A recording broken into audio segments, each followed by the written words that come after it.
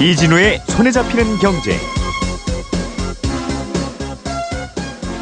안녕하십니까, 이진우입니다. 손에 잡히는 경제가 뽑은 오늘의 숫자는 277억 달러입니다.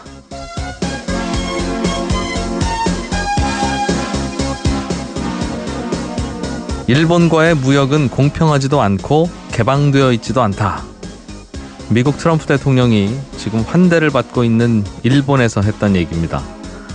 일본이 1년에 700억 달러 가까운 무역 흑자를 미국으로부터 거두고 있다는 게 그 증거라고 말하고 있습니다. 트럼프 대통령은 곧 도착하는 우리나라에서도 비슷한 이야기를 아마 할 겁니다. 그래서 우리나라가 미국과 무역에서 무역 흑자를 얼마나 거두고 있나 한번 살펴봤더니 지난해 기준으로 오늘의 숫자로 말씀드린 277억 달러였습니다. 미국과 무역을 하면서 흑자를 가장 많이 내고 있는 나라는 우리나라도 아니고 일본도 아니고 따로 있습니다. 바로 중국입니다. 연간 3,500억 달러의 흑자를 내서 미국 무역 적자 규모의 절반 정도가 중국 때문이고요. 그 다음이 일본, 독일, 멕시코에 이어서 우리나라가 5번째입니다. 우리나라는 지난해까지 4년 연속 200억 달러가 넘는 흑자를 매년 거둬왔는데 올해는 이 트럼프 대통령의 이런 기조를 의식해서 흑자 규모를 좀 줄이고 있습니다. 트럼프 대통령은 취임 이후에 철저하게 미국 우선주의를 실천하고 있지요. 미국의 이익이 안 된다고 판단하자 전임 대통령이 다 완성해 놓은 환태평양 경제동반자 협정 TPP에서도 쉽게 탈퇴해버렸고 우리나라와의 한미 FTA도 재협상 테이블에 올려놓았습니다. 극진하게 환대를 받더라도 그건 그거고 자국의 이익만은 확실하게 챙기겠다는 사업가 출신 미국 대통령의 진면목을 여짐없이 보여주고 있는 것 같습니다.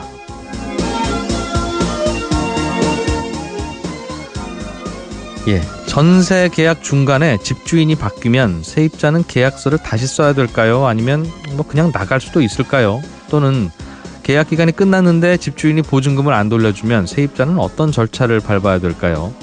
모르면 손해보는 부동산 관련 지식들을 오늘 부동산 전문 변호사 한 분 연결해서 자세하게 알아보겠습니다.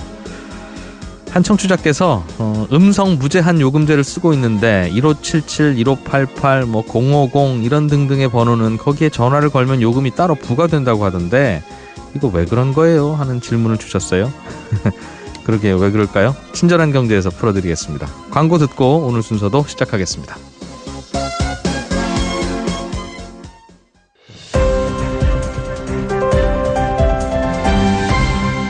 이진우의 손에 잡히는 경제. 한국경제TV 김치영 기자와 함께 경제 뉴스들 살펴보겠습니다. 어서 오십시오. 네, 안녕하세요. 트럼프 대통령이 한국에 오는데 네. 좀 짚어봐야 될 사실들 좀 전해주시죠. 예. 취임 후 처음으로 우리나라에 방한을 하는 것이죠. 근데 대부분 일정이 정치 외교적인 부분에 좀 초점이 맞춰져 있는 것 같습니다. 특히 북핵 문제와 관련된 얘기가 좀 많을 것 같고요. 일단 오늘 한 12시 조금 넘어서 이제 국내에 들어오는데요. 오자마자 캠프 험프리라는 미군 부대로 먼저 갑니다. 그래서 네. 여기서 한미 양국 군장변을 격려하고 오찬을 하고 난 뒤에 이제 여기서 양국의 군에 대한 브리핑을 받는다 이렇게 돼 있거든요. 캠프 험프리를 첫 방문지로 우리가 요청을 했다고 하죠. 근데 이 이유는 아마도 트럼프 대통령이 이번에 들어왔을 때 주한미군과 관련된 방위비 부담에 대한 언급이 좀 있을 것이다. 이런 얘기들이 예상이 좀 있거든요. 한국 보고 돈 좀 더 내라고.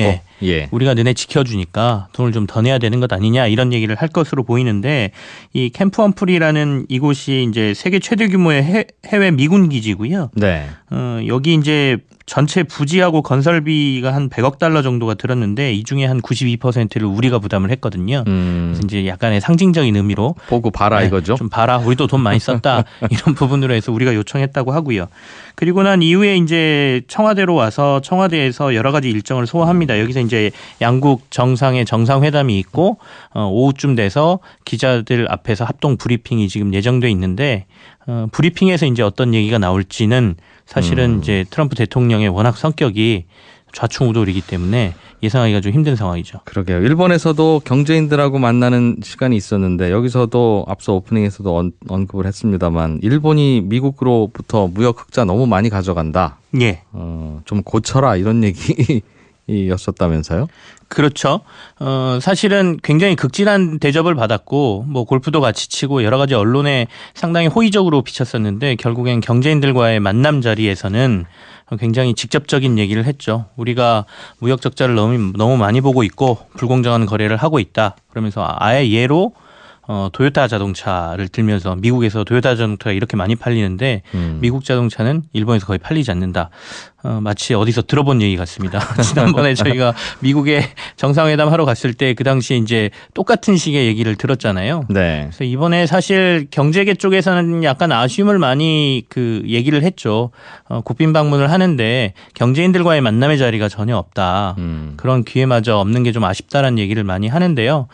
사실상 1박 2일이긴 하지만 전체 일정이 시간으로 보면 25시간 정도밖에 안 되거든요. 굉장히 빡빡한 일정에 경제인들과의 자리를 만들기가 좀 힘들었을 것이다라는 것도 있고 어떻게 보면 정부 입장에서 굳이 경제인들과의 자리를 만들어서 일본에서 이미 사례에서 우리가 본 것처럼 이런 얘기를 우리가 들을 필요가 있겠느냐라는 전략도 좀 포함된 것 아닌가라고 예상을 해봅니다. 예. 더군다나 지금 우리는 아예 한미 FTA 개정 협상에 들어가 있는 상태잖아요.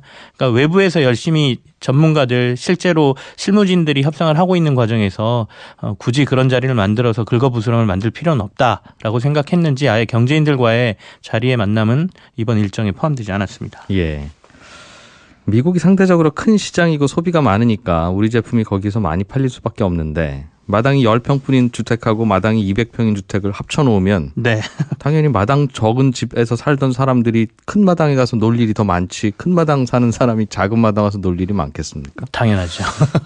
그런 일이긴 한데 어떻게 설득하느냐가 문제죠.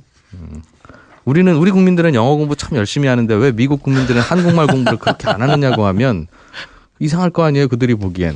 그렇죠. 인구수의 차이도 있고 뭐 여러 가지 기준들이 비슷한 있는데. 상황일 텐데.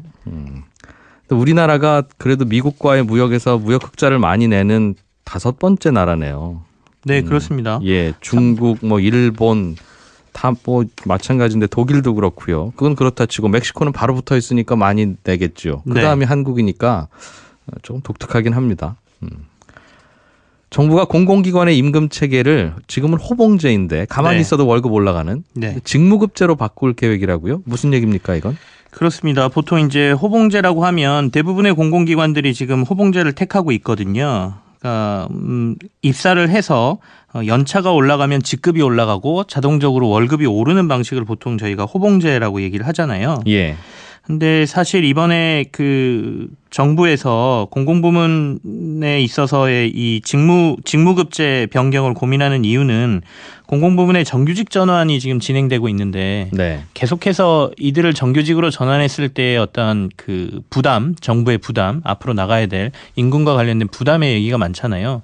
그래서 이것과 플러스 앞으로 이제 노령화가 급속도로 진행되면 그러니까 고령의 근로자들이 늘어날 수밖에 없는 상황이거든요. 호봉제를 계속 유지하게 되면 나이가 들면 들수록 임금은 오르게 돼 있기 때문에 부담감은 더 늘어난다. 이 두 가지가 같이 포함이 돼 있는 것 같습니다. 그래서 직무급제로 순차적으로 전환을 하는 것을 이번에 정규직 전환과 맞물려서 같이 좀 해보겠다라는 게 정부의 아이디어로 보입니다. 그러니까 직무급제라는 게 쉽게 얘기하면 비슷한 일을 한다면 그분이 1년차 공무원이든 혹은 30년차 공무원이든 월급은 같다 이 말이네요. 그렇죠. 직무급제는 직무의 난이도와 책임의 정도에 따라 보수를 지급하는 제도다 이렇게 돼 있는데요. 같은 직무 같은 일을 하는 사람에게는 동일 노동 동일 임금이라는 기준을 적용해서 하되 숙련도에 따라서 조금은 더 줄 수 있습니다. 약간의 차이는 있겠으나 오히려 뭐 젊은 분들이 더 숙련도가 있는 경우도 있으니까요. 그렇죠. 예를 들면 청소 도와주시는 분들을 직접 고용을 하겠다. 예를 들면 공공기관에서.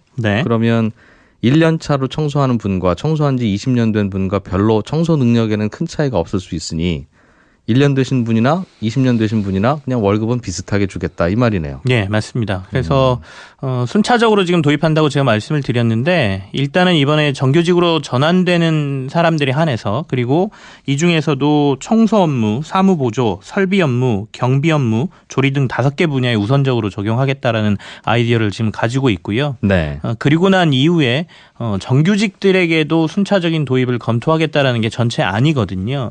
그래서 이게 단순히 지금 비정규직이 정규직으로 전환되는 노동자들에 대해서만 적용되는 게 아니기 때문에 기존에 다니고 있던 공공 부분의 근로자들이 네. 이 안을 정부의 안을 받아들이기가 상당히 힘든 부분이거든요. 그래서 양측을 다 설득해야 되는 굉장히 어려운 안건입니다.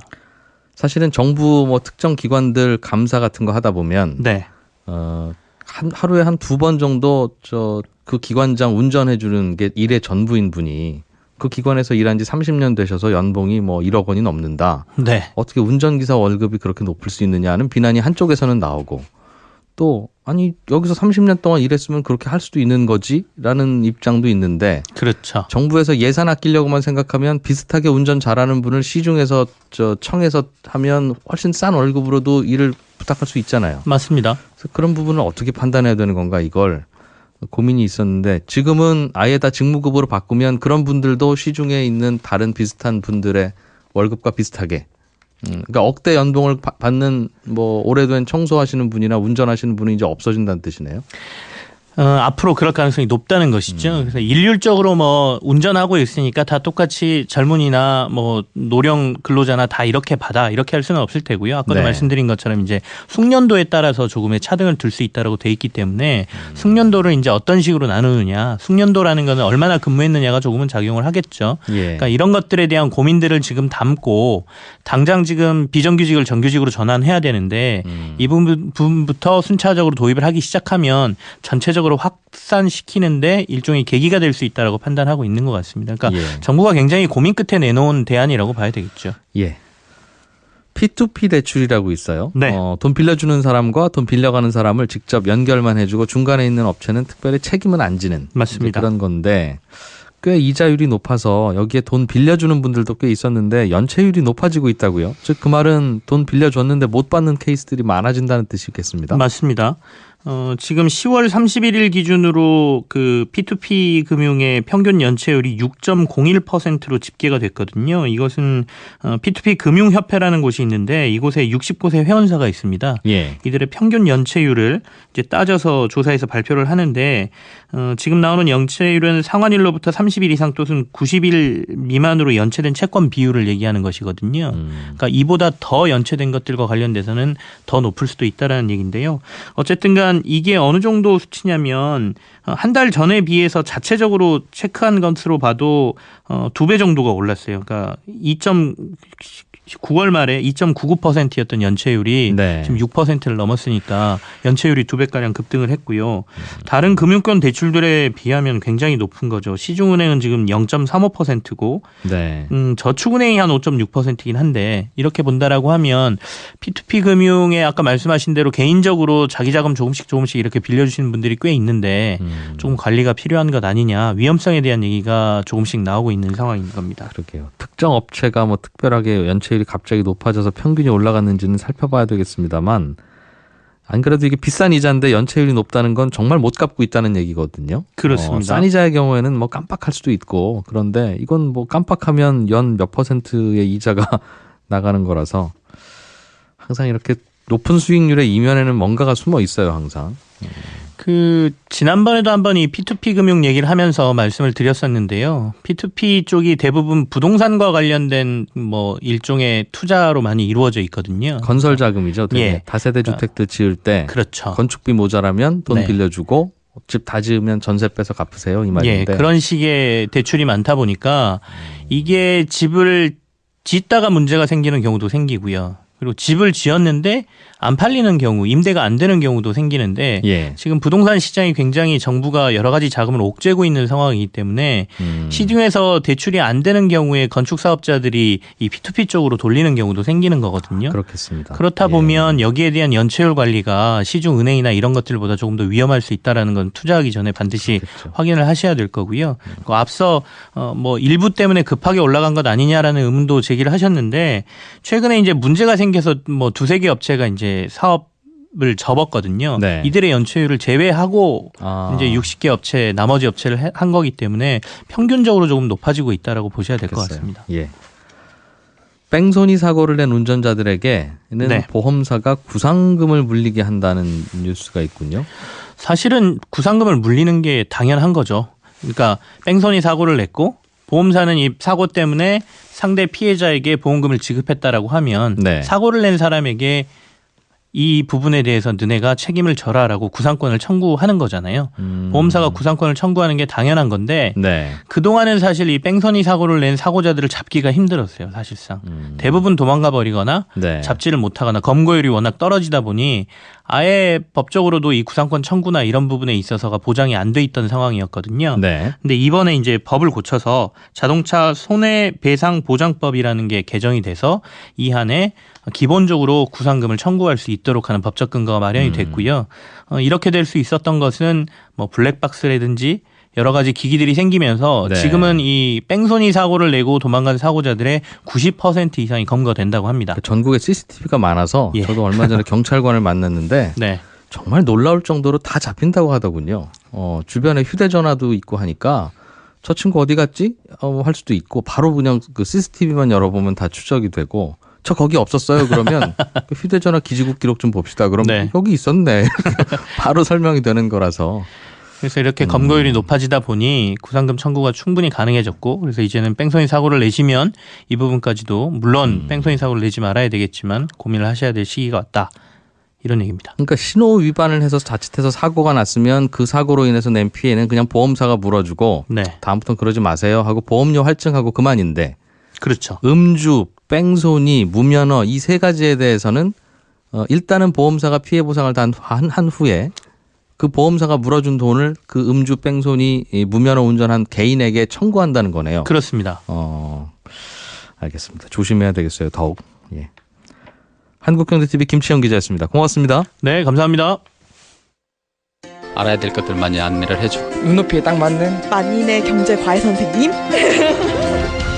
다음 순서는 친절한 경제입니다. 네, 오늘은 청취자 중에 남지회 씨가요. 통화와 문자가 무제한 무료인 휴대폰 요금제를 쓰고 계신데 1577, 1588 같은 일부 번호들은 거기에 전화하는 게 무료가 아니라 따로 요금이 다 부과된다는 말을 들었다. 이거 왜 그런 거냐? 이런 질문을 주셨어요. 전화 걸고 문자 주고받는 건 무제한 공짜인 요금제가 요즘 참 많은데 그 무제한 공짜가요. 그냥 휴대폰끼리만 통화하거나 아니면 휴대폰과 집전화 사이를 통화하거나 그것만 공짜입니다. 그러니까 무슨 말이냐면 평범한 휴대폰 번호나 평범한 집전화 번호에 전화 거는 것만 공짜고 조금 특이한 번호들 예를 들면 1544, 1566, 1644 다 이런 게 별도로 통화 요금이 매겨지고요. 050, 060 이런 거 다 따로 통화 요금이 매겨집니다. 070은 인터넷 전화인데 이건 그냥 집전화로 봐줍니다.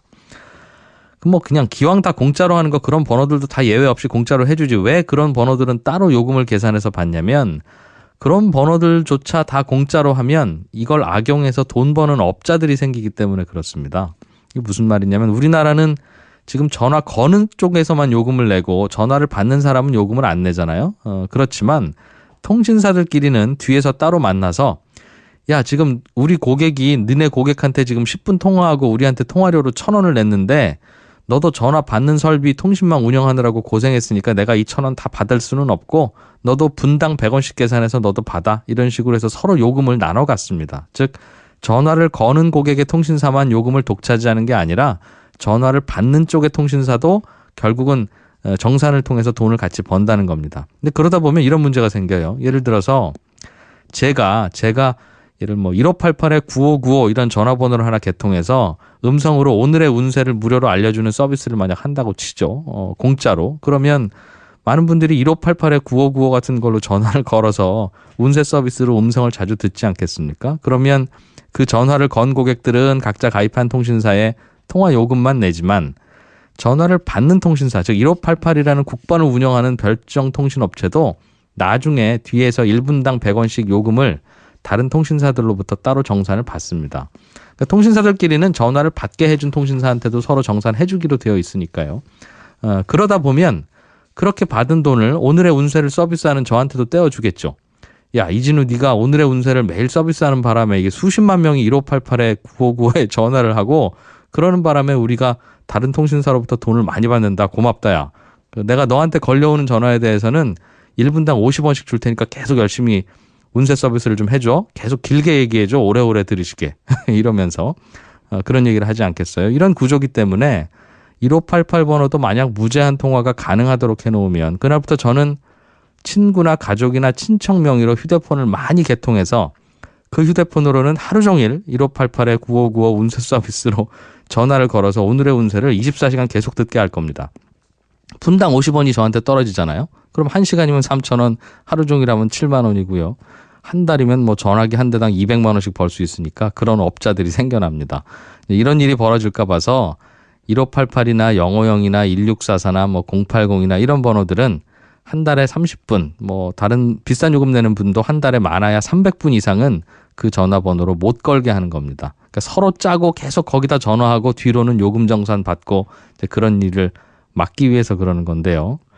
근데 이제 택배 기사님들은 050으로 시작되는 고객들 안심번호로 하루에도 수십 통씩 해야 되니까 사실은 한 달에 300분만 하세요 해도 이 규제에 걸리겠죠.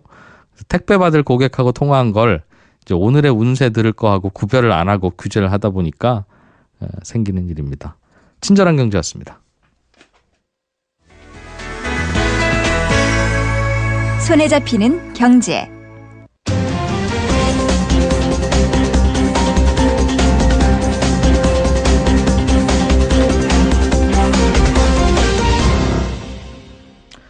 부동산과 관련한 궁금증이 있을 때마다 손에 잡히는 경제가 도움 말씀 청하는 분입니다. 최강석 부동산 전문 변호사 전화로 연결했습니다. 안녕하십니까? 네, 안녕하세요. 예.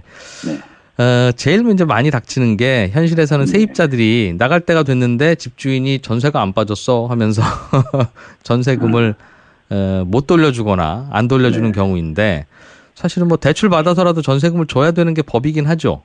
네, 그렇죠. 네, 그게 계약이기 때문에 예. 계약이라는 게 결국 이 일정 기간을 대가를 보증금을 주고 살다가 끝나면 이제 돌려주고 네. 나가는 그런 계약이기 때문에 그 기간이 끝나서 만약에 보증금을 못 돌려준다라고 하면은 약속을 어긴 게 돼 있는 거죠. 예. 그렇게 따지면 이제 지연 이자라든지 이런 부분은 이제 부담하게 됩니다. 그렇죠. 그런데 뭐 당장 워낙 큰 돈이니까 뭐 대출도 안 나오고 하니 못 돌려줄 수도 있는데 네. 그러면 세입자 입장에서는 임차인 등기 명령제도 이걸 신청할 수 있다고 어디 보니까 나와 있더군요. 이게 뭡니까? 예. 임차인 등기 명령제도 이게 뭐예요? 예, 임차권 등기 명령이라고 하는데요. 예. 임차권 등기라고 하는데 이 주택 임대차 보호법 여기에 보면 이제 계약 기간이 다 끝났는데 보증금이 뭐 못 돌려받는 그런 상황에서 네. 그 세입자가 법원에다가 임차권 등기를 신청을 하게 되면 법원이 그 보증금 부분 못 받았다는 부분을 이제 등기부상에 네. 이렇게 공시를 하는 그런 제도입니다.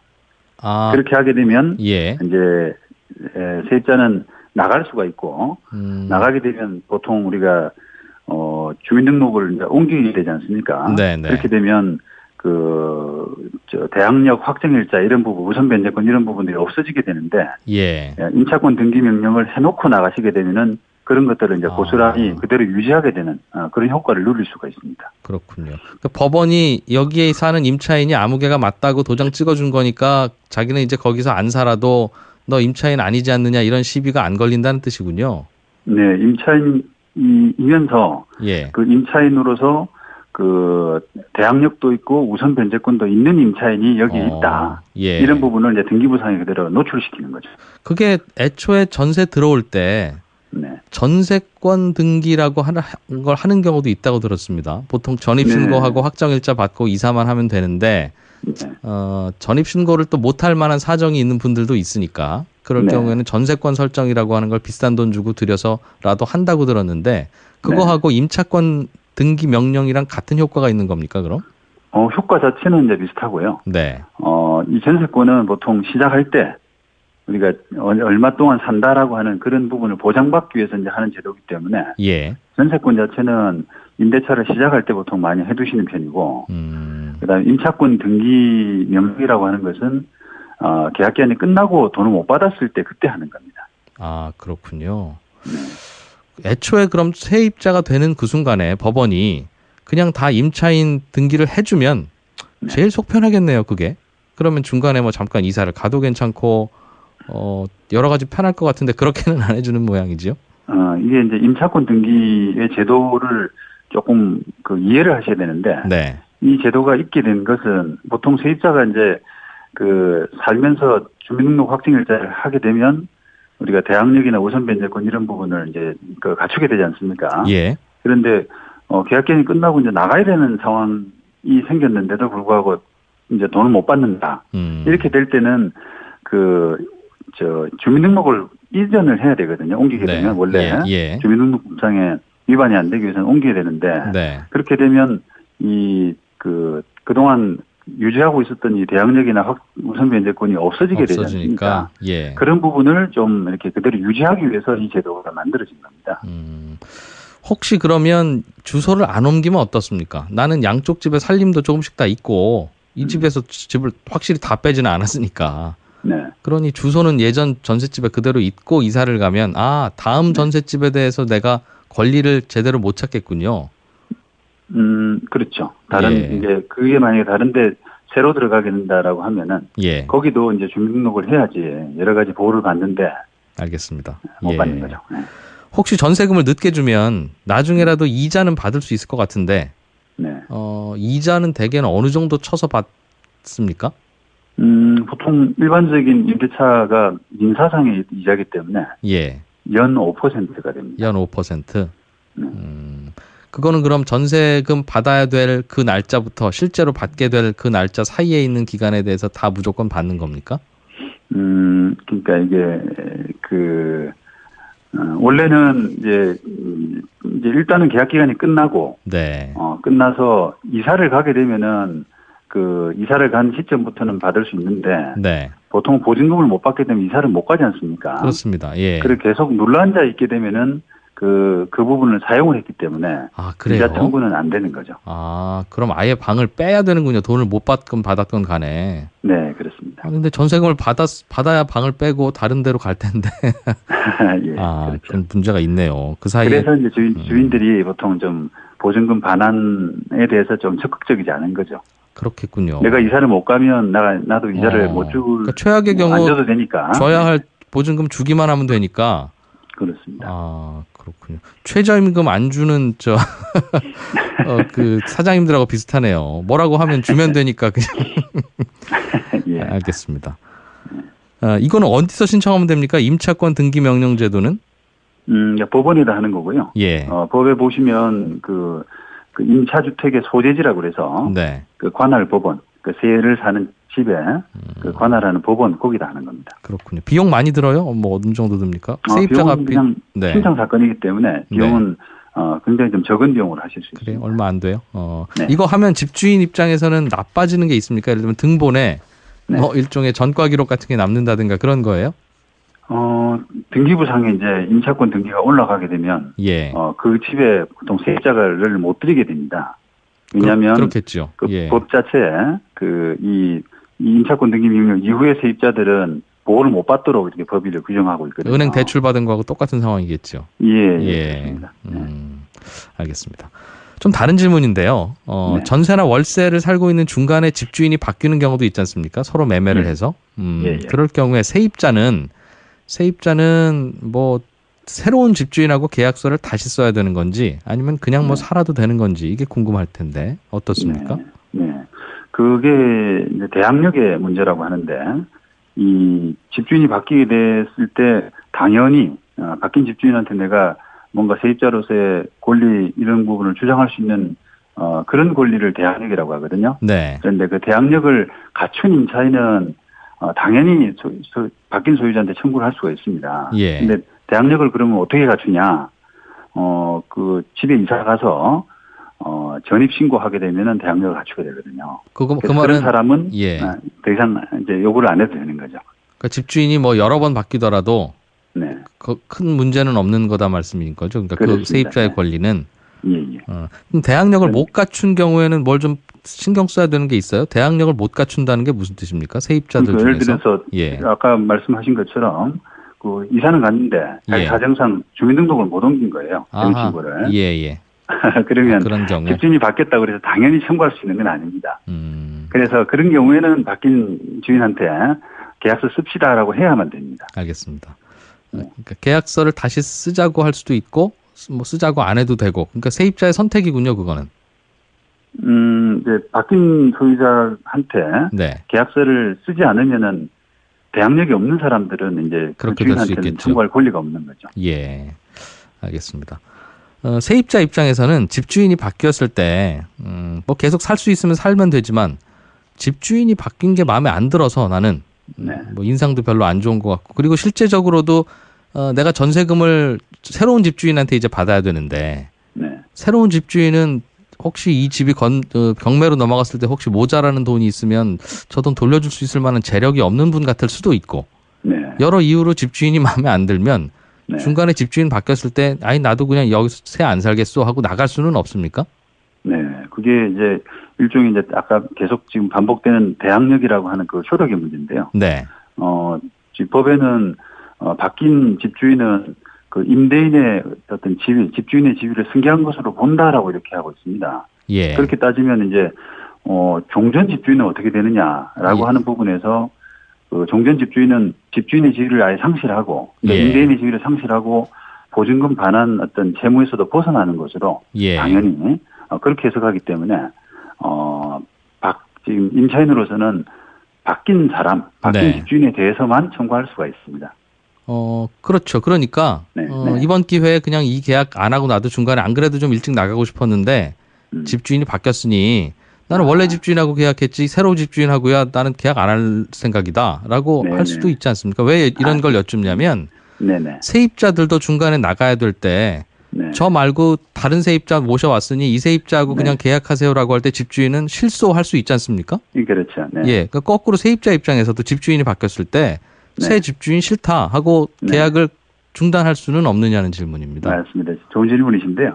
이게 이제 계약 관계로서 보면은 집주인이 바뀐 집주인하고는 사실 계약 관계가 없는 상태 아니겠습니까? 네. 그래서 난 당신이 싫어. 그러니까 난 나가겠어. 이렇게 해야 될 수도 있는데 지금 법에서는 이게 대항력이라는 개념을 인정을 해서 네. 그냥 당연 승계, 바뀐 집주인에 대해서 청구도 할 수 있고 그 기간도 유지해야 되고 하는 그 당연 승계 의무를 법에서는 이제 규정을 하고 있는 셈이죠. 그래서 새로 바뀐 그래서 집주인이 보증금 돌려줘야 할 의무도 당연히 승계하는 거고.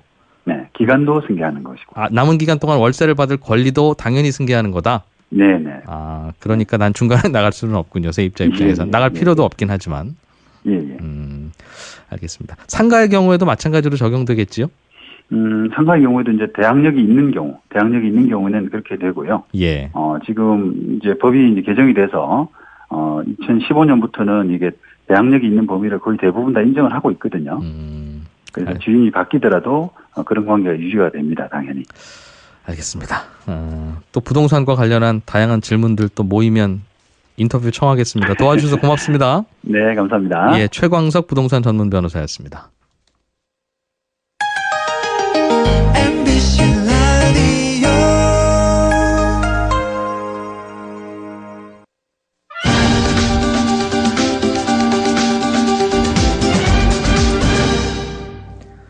예, 나라박 소식들 중에 주목할 만한 내용 찾아보는 외신 인사이트 시간입니다. 한양대학교 이정우 교수 나오셨어요. 어서 오십시오. 네, 안녕하십니까?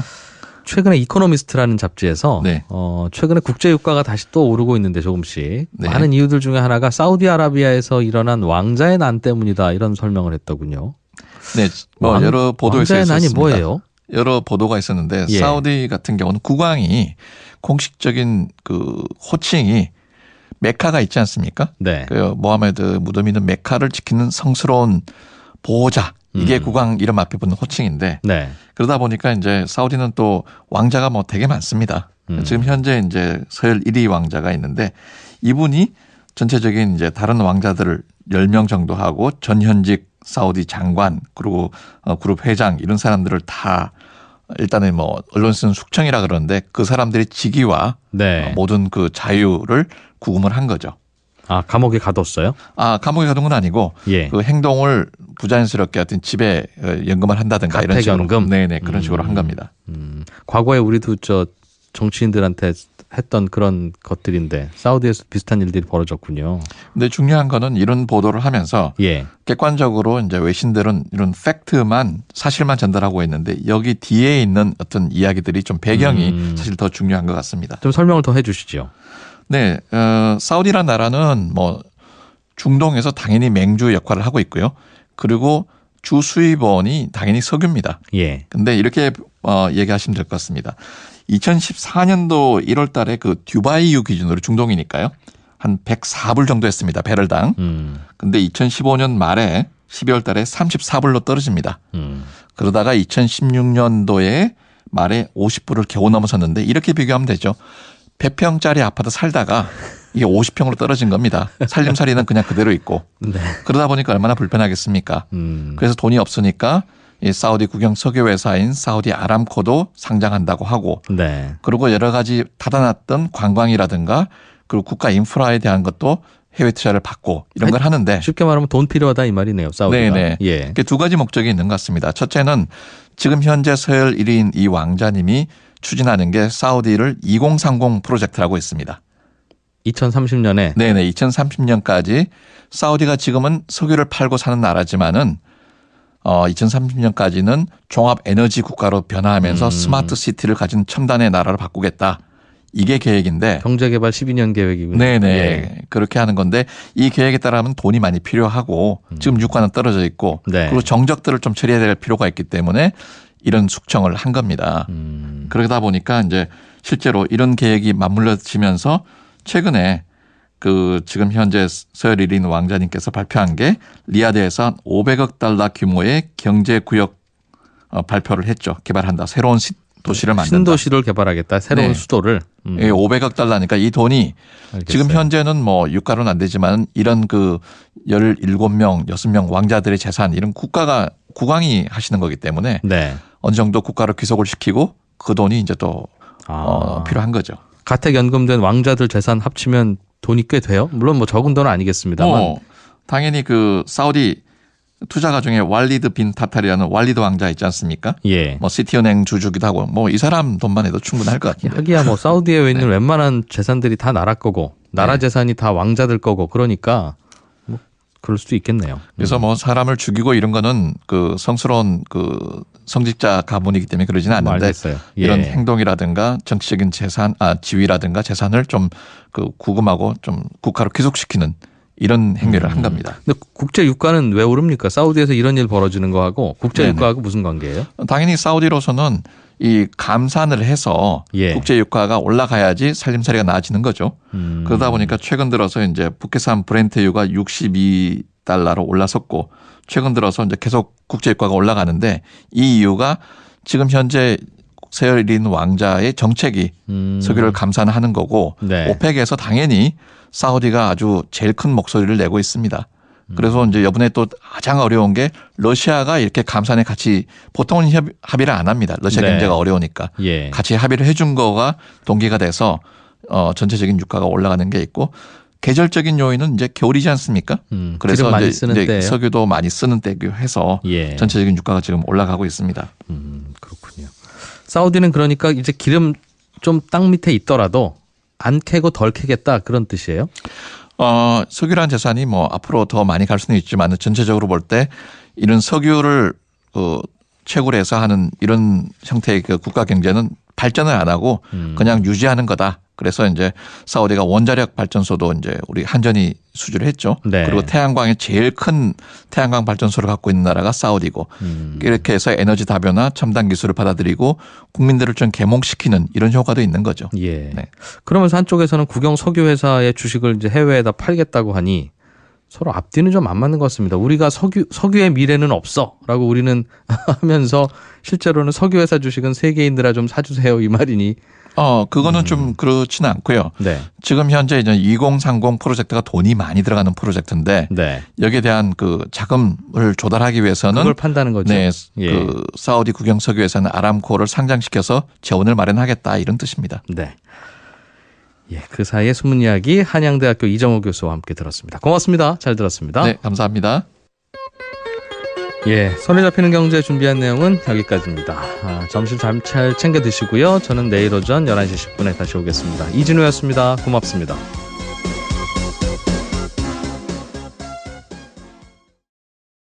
경제인들과의 만남의 자리가 전혀 없다. 그런 기회마저 없는 게 좀 아쉽다라는 얘기를 많이 하는데요. 사실상 1박 2일이긴 하지만 전체 일정이 시간으로 보면 25시간 정도밖에 안 되거든요. 굉장히 빡빡한 일정에 경제인들과의 자리를 만들기가 좀 힘들었을 것이다라는 것도 있고 어떻게 보면 정부 입장에서 굳이 경제인들과의 자리를 만들어서 일본에서 이미 사례에서 우리가 본 것처럼 이런 얘기를 우리가 들을 필요가 있겠느냐라는 전략도 좀 포함된 것 아닌가라고 예상을 해봅니다. 예. 더군다나 지금 우리는 아예 한미 FTA 개정 협상에 들어가 있는 상태잖아요. 그러니까 외부에서 열심히 전문가들 실제로 실무진들이 협상을 하고 있는 과정에서 굳이 그런 자리를 만들어서 긁어부스럼을 만들 필요는 없다라고 생각했는지 아예 경제인들과의 자리의 만남은 이번 일정에 포함되지 않았습니다. 예. 미국이 상대적으로 큰 시장이고 소비가 많으니까 우리 제품이 거기서 많이 팔릴 수밖에 없는데 마당이 10평뿐인 주택하고 마당이 200평인 주택을 합쳐놓으면 네. 당연히 마당 적은 집에서 살던 사람들이 큰 마당에 가서 놀 일이 더 많지 큰 마당 사는 사람이 작은 마당 가서 놀 일이 많겠습니까? 당연하죠. 그런 일이긴 한데 어떻게 설득하느냐가 문제죠. 우리 국민들은 영어 공부 참 열심히 하는데 왜 미국 국민들은 한국말 공부를 그렇게 안 하느냐고 하면 이상할 거 아니에요, 그들이 보기엔. 그렇죠. 인구수의 차이도 있고 뭐 여러 가지 기준들이 비슷한 있는데. 상황일 텐데. 우리나라가 그래도 미국과의 무역에서 무역 흑자를 많이 내는 5번째 나라네요. 네, 그렇습니다. 예, 중국, 뭐 일본 다 뭐 마찬가지인데 독일도 그렇고요. 그건 그렇다 치고 멕시코는 바로 붙어 있으니까 많이 내겠죠. 그 다음에 한국이니까 조금 독특하긴 합니다. 정부가 공공기관의 임금 체계를 지금은 호봉제인데 가만히 있어도 월급 올라가는 직무급제로 바꿀 계획이라고요? 무슨 얘기입니까 이건? 그렇습니다. 보통 이제 호봉제라고 하면 대부분의 공공기관들이 지금 호봉제를 택하고 있거든요. 그러니까 입사를 해서 연차가 올라가면 직급이 올라가고 자동적으로 월급이 오르는 방식을 보통 저희가 호봉제라고 얘기를 하잖아요. 예. 근데 사실 이번에 그 정부에서 공공부문에 있어서의 이 직무급제 변경을 고민하는 이유는 공공부문의 정규직 전환이 지금 진행되고 있는데 계속해서 이들을 정규직으로 전환했을 때의 어떤 그 부담, 정부의 부담, 앞으로 나가야 될 임금과 관련된 부담의 얘기가 많잖아요.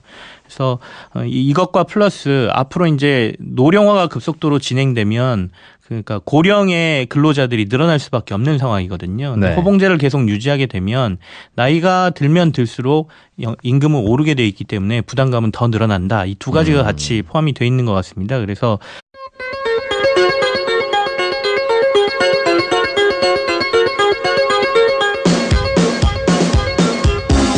이진우의 손에 잡히는 경제.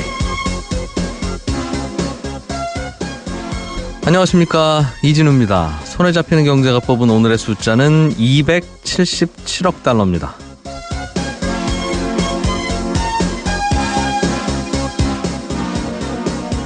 일본과의 무역은 공평하지도 않고 개방되어 있지도 않다.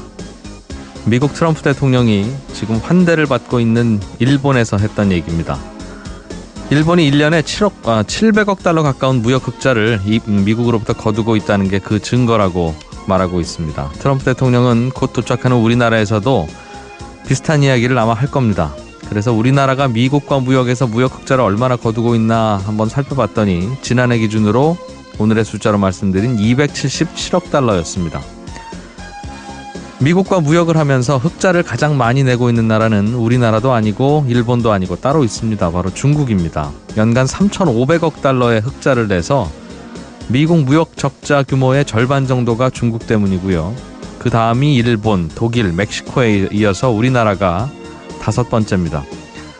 우리나라는 지난해까지 4년 연속 200억 달러가 넘는 흑자를 매년 거둬왔는데 올해는 이 트럼프 대통령의 이런 기조를 의식해서 흑자 규모를 좀 줄이고 있습니다. 트럼프 대통령은 취임 이후에 철저하게 미국 우선주의를 실천하고 있지요. 미국의 이익이 안 된다고 판단하자 전임 대통령이 다 완성해 놓은 환태평양 경제동반자 협정 TPP에서도 쉽게 탈퇴해버렸고 우리나라와의 한미 FTA도 재협상 테이블에 올려놓았습니다. 극진하게 환대를 받더라도 그건 그거고 자국의 이익만을 확실하게 챙기겠다는 사업가 출신 미국 대통령의 진면목을 여짐없이 보여주고 있는 것 같습니다.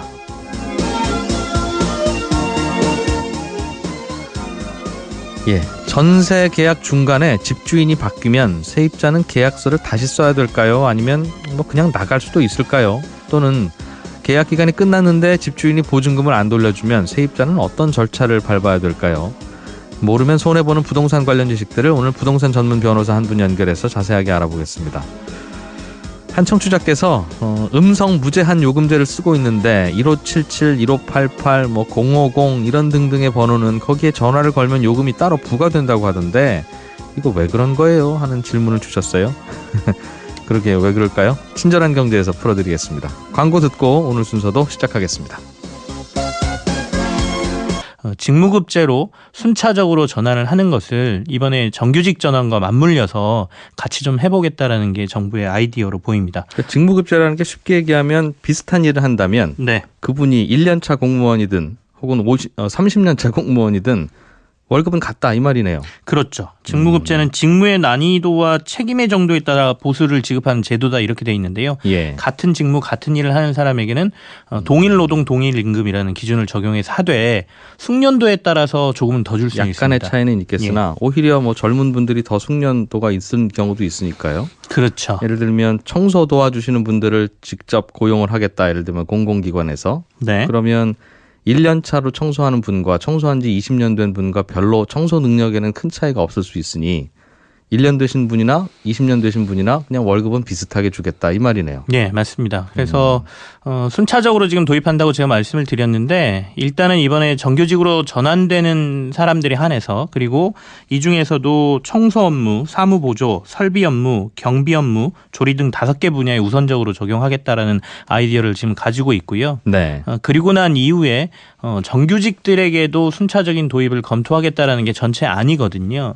그래서 이게 단순히 지금 비정규직이 정규직으로 전환되는 노동자들에 대해서만 적용되는 게 아니기 때문에 기존에 다니고 있던 공공 부분의 근로자들이 네. 이 안을 정부의 안을 받아들이기가 상당히 힘든 부분이거든요. 그래서 양측을 다 설득해야 되는 굉장히 어려운 안건입니다. 사실은 정부 특정 기관들 감사 같은 거 하다 보면 네. 하루에 한 2번 정도 그 기관장 운전해 주는 게 일의 전부인 분이 그 기관에서 일한 지 30년 되셔서 연봉이 1억 원이 넘는다. 네. 어떻게 운전기사 월급이 그렇게 높을 수 있느냐는 비난이 한쪽에서는 나오고 또 아니 여기서 30년 동안 일했으면 그렇게 할 수도 있는 거지라는 입장도 있는데 그렇죠. 정부에서 예산 아끼려고만 생각하면 비슷하게 운전 잘하는 분을 시중에서 청에서 하면 훨씬 싼 월급으로도 일을 부탁할 수 있잖아요. 맞습니다. 그래서 그런 부분을 어떻게 판단해야 되는 건가 이걸 고민이 있었는데 지금은 아예 다 직무급으로 바꾸면 그런 분들도 시중에 있는 다른 비슷한 분들의 월급과 비슷하게 그러니까 억대 연봉을 받는 오래된 청소하시는 분이나 운전하시는 분이 이제 없어진다는 뜻이네요. 앞으로 그럴 가능성이 높다는 것이죠. 그래서 일률적으로 운전하고 있으니까 다 똑같이 젊은이나 노령 근로자나 다 이렇게 받아 이렇게 할 수는 없을 테고요. 아까도 네. 말씀드린 것처럼 이제 숙련도에 따라서 조금의 차등을 둘 수 있다라고 돼 있기 때문에 숙련도를 이제 어떤 식으로 나누느냐, 숙련도라는 거는 얼마나 근무했느냐가 조금은 작용을 하겠죠. 예. 그러니까 이런 것.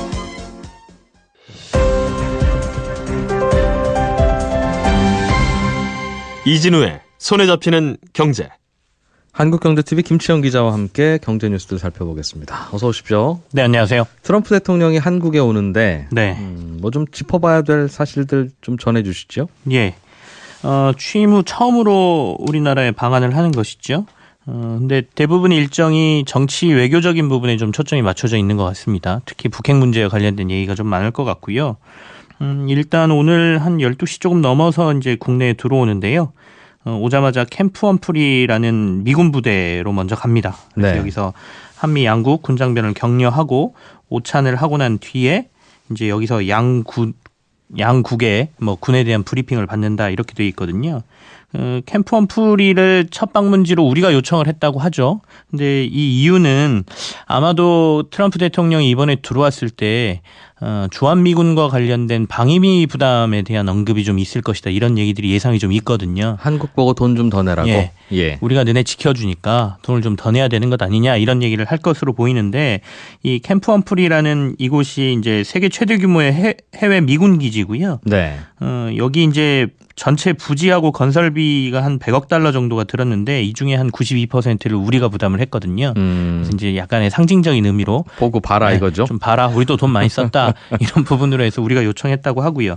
그리고 난 이후에 이제 청와대로 와서 청와대에서 여러 가지 일정을 소화합니다. 여기서 이제 양국 정상의 정상회담이 있고 오후쯤 돼서 기자들 앞에서 합동 브리핑이 지금 예정돼 있는데 브리핑에서 이제 어떤 얘기가 나올지는 사실은 이제 트럼프 대통령의 워낙 성격이 좌충우돌이기 때문에 예상하기가 좀 힘든 상황이죠. 그러게요. 일본에서도 경제인들하고 만나는 시간이 있었는데 여기서도 앞서 오프닝에서도 언급을 했습니다만 일본이 미국으로부터 무역 흑자 너무 많이 가져간다. 예. 좀 고쳐라 이런 얘기였었다면서요? 그렇죠. 사실은 굉장히 극진한 대접을 받았고 뭐 골프도 같이 치고 여러 가지 언론에 상당히 호의적으로 비쳤었는데 결국엔 경제인들과의 만남 자리에서는 굉장히 직접적인 얘기를 했죠. 우리가 무역 적자를 너무 많이 보고 있고 불공정한 거래를 하고 있다. 그러면서 아예 예로 도요타 자동차를 들면서 미국에서 도요타 자동차가 이렇게 많이 팔리는데 미국 자동차는 일본에서 거의 팔리지 않는다. 마치 어디서 들어본 얘기 같습니다. 지난번에 저희가 미국에 정상회담 하러 갔을 때 그 당시에 이제 똑같은 식의 얘기를 들었잖아요. 네. 그래서 이번에 사실 경제계 쪽에서는 약간 아쉬움을 많이 얘기를 했죠. 국빈 방문을 하는데 들에 대한 고민들을 지금 담고 당장 지금 비정규직을 정규직으로 전환해야 되는데 이 부분부터 순차적으로 도입을 하기 시작하면 전체적으로 확산시키는데 일종의 계기가 될 수 있다라고 판단하고 있는 것 같습니다. 그러니까 정부가 굉장히 고민 끝에 내놓은 대안이라고 봐야 되겠죠. 예. P2P 대출이라고 있어요. 네. 돈 빌려주는 사람과 돈 빌려가는 사람을 직접 연결만 해주고 중간에 있는 업체는 특별히 책임은 안 지는 맞습니다. 그런 건데 꽤 이자율이 높아서 여기에 돈 빌려주는 분들도 꽤 있었는데 연체율이 높아지고 있다고요. 즉 그 말은 돈 빌려줬는데 못 받는 케이스들이 많아진다는 뜻이겠습니다. 맞습니다. 지금 10월 31일 기준으로 그 P2P 금융의 평균 연체율이 6.01%로 집계가 됐거든요. 이것은 P2P 금융협회라는 곳이 있는데 이곳에 60곳의 회원사가 있습니다. 예. 이들의 평균 연체율을 이제 따져서 조사해서 발표를 하는데 지금 나오는 연체율은 상환일로부터 30일 이상 또는 90일 미만으로 연체된 채권 비율을 얘기하는 것이거든요. 그러니까 이보다 더 연체된 것들과 관련돼서는 더 높을 수도 있다라는 얘기인데요. 어쨌든간 이게 어느 정도 수치냐면 한 달 전에 비해서 자체적으로 체크한 것으로 봐도 2배 정도가 올랐어요. 그러니까 9월 말에 2.99%였던 연체율이 네. 지금 6%를 넘었으니까 연체율이 2배가량 급등을 했고요.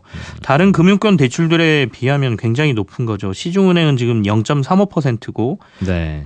저축은행이 한 5.6%이긴 한데 이렇게 본다라고 하면 P2P 금융에 아까 말씀하신 대로 개인적으로 자기 자금 조금씩 이렇게 빌려주시는 분들이 꽤 있는데 조금 관리가 필요한 것 아니냐 위험성에 대한 얘기가 조금씩 나오고 있는 상황인 겁니다. 그러게요. 특정 업체가 뭐 특별하게 연체율이 갑자기 높아져서 평균이 올라갔는지는 살펴봐야 되겠습니다만 안 그래도 이게 비싼 이자인데 연체율이 높다는 건 정말 못 갚고 있다는 얘기거든요. 그렇습니다. 싼 이자의 경우에는 뭐 깜빡할 수도 있고 그런데 이건 뭐 깜빡하면 연 몇 %의 이자가 나가는 거라서 항상 이렇게 높은 수익률의 이면에는 뭔가가 숨어 있어요, 항상.